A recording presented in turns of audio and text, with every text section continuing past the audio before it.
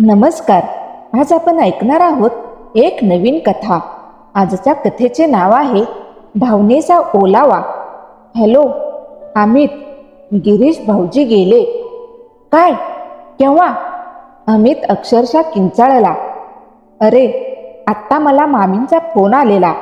पहाटे 5:30ला उठले तेव्हा कसे तरी वाटत आहे एवढे बोलले. सारिकाताई पाणी आणायला गेली आणि घात झाला. जबरदस्त हार्ट अटॅक होता बहुतेक. बोलता बोलता त्याचा गळा भरून आला. थोडं थांबून तो पुढे बोलला, मी आणि ऋतुजा निघतो आहोत. दुपारी 3 पोहोचू. तू पण लवकर निघ. ऐकतो आहेस ना? हो हो म्हणत त्याने मोबाईल बंद केला आणि ओक्साबोक्सी रडायला लागला. अनुजा त्याचा आवाज ऐकून उठून त्याच्याजवळ उभी होती. त्याला तसं रडताना बघून तिला काहीतरी भयानक घडतंय असं जाणवलं.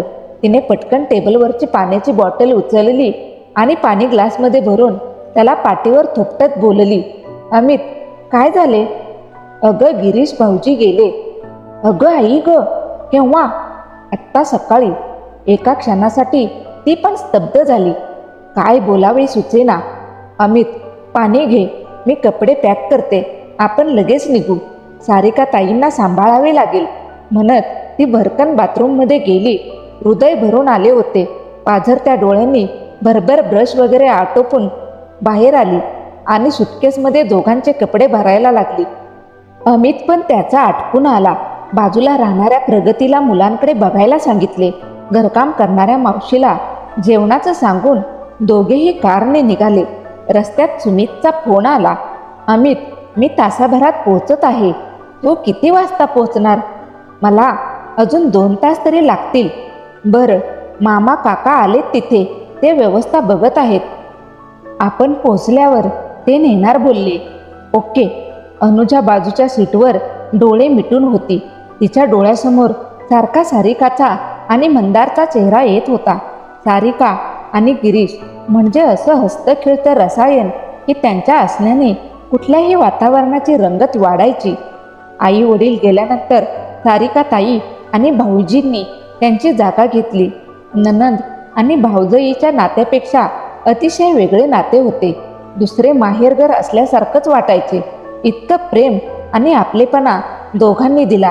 त्यांच्या सदा आनंदी राहण्यामागचं गुपित विचारले तर म्हणायचे, गम को गम की तरह देखोगे तो गम कभी पीछा नहीं छोड़ेगा. गम को चैलेंज की तरह देखोगे तो वह कभी पास नहीं आएगा. दोन्ही मुलांच्या जन्माच्या वेळी त्यांच्या असण्याने किती आधार मिळाला होता. एकदा अमितच्या गाडीचा ॲक्सिडेंट झालेला. त्यावेळी त्यांचा मुलगा 10वीत असतानाही अमित घरी येईस्तोवर भाऊजी आमच्या सोबत राहिले. असे कितीतरी छोटे मोठे प्रसंग तिच्या डोळ्यासमोर येत गेले आणि डोळ्यांच्या कडा भिजवत गेले.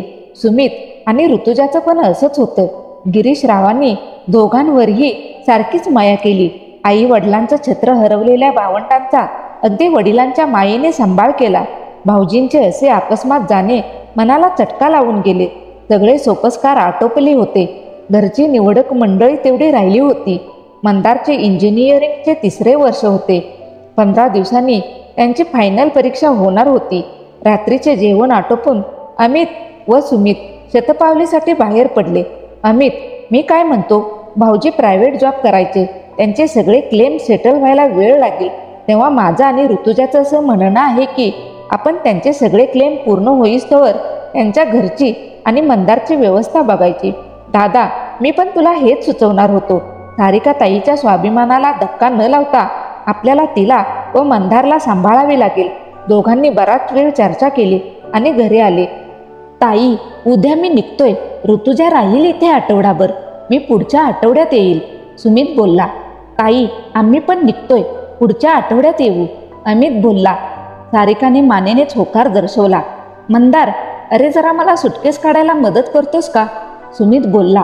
हो मामा, आलोच म्हणत मंदार सुमितच्या पाठोपाठ गेला. मंदार, मी तुझ्या अकाउंटला 30,000 पाठवलेत. मामा, आईला कळले तर? बाबांनीच पाठवले होते म्हणून सांगशील राजा?